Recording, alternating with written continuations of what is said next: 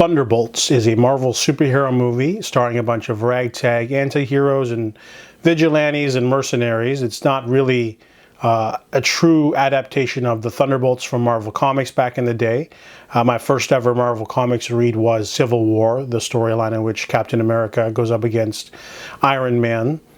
And in that sort of long-running series crossover, there was a supervillain team called the Thunderbolts. They were started by General Thunderbolt Ross and led by Norman Osborn, and they were actual villains, and they were basically there to help, given some freedom in order to stop Captain America and his team. Essentially, it was a whole different thing in the comics and the MCU movies.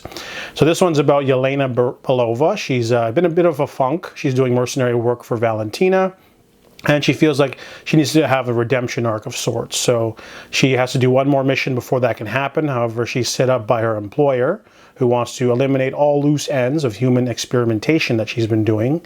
So she sends all of the people who've worked for her to a death vault, basically in the desert, full of evidence and stuff.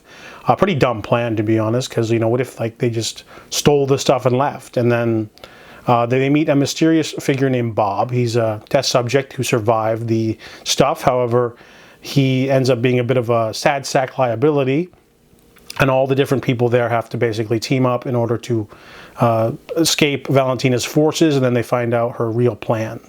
So this movie's pretty simplistic, but I really liked how it had a darker edge to it, with the mentions of child abuse, drug abuse, mental health issues, generational trauma. There's definitely a lot of stuff going on.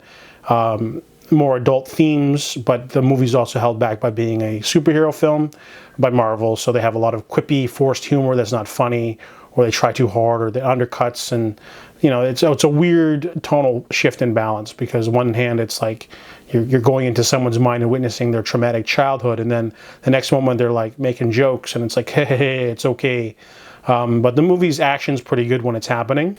The movie's actually kind of simplistic if you think about it. It's basically just about Yelena doing a mission, getting double-crossed, and basically having to get out of this situation and having to deal with this Bob character who becomes a little bit more than they can handle when you find out he's got sort of abilities and a lot of things wrong with him, that a powder keg ready to explode. One of the bigger issues I have with the movie is that there's nothing particularly wrong with the film. It's good, it's enjoyable, crowd pleasing. Too many characters. There's definitely a lot of characters in this movie that could have been taken out, that didn't need to be there. Taskmaster's one of them.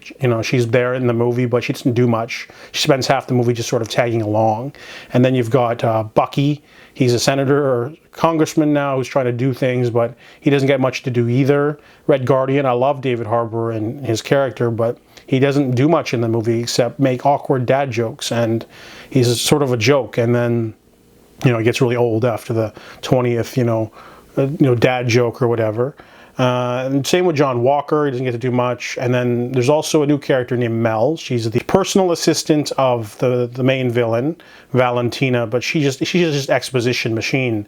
And she's funny. She's got talent, but obviously it's a paycheck movie for her, because she doesn't get to do much except fetch coffee for the villain and give exposition to the villain and do things for the villain. And that seemed like a disappointment. And other than that, though, some characters do get to shine.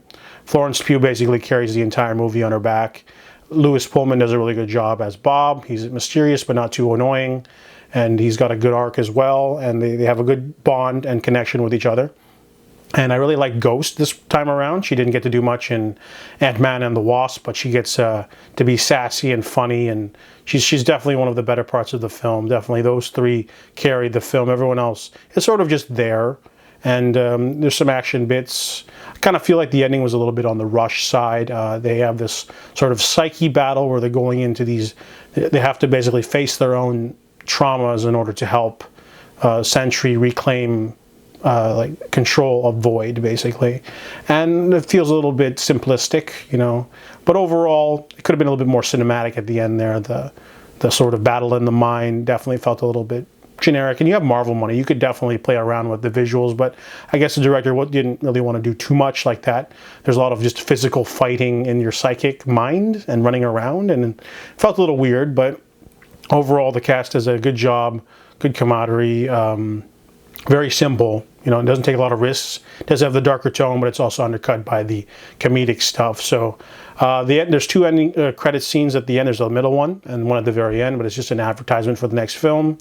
Overall, the movie plays a little bit too safe, I feel. There's a little bit of swearing, which is cool, but I definitely feel like they don't want to give these characters too much. You know, you're not going to get a Thunderbolts 2 movie before the next Avengers. They're just going to be shoved right into the Avengers immediately.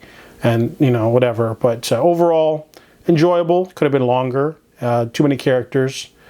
Still enjoyable, though. So, crowd-pleasing enough. I give Thunderbolts a 7 out of 10.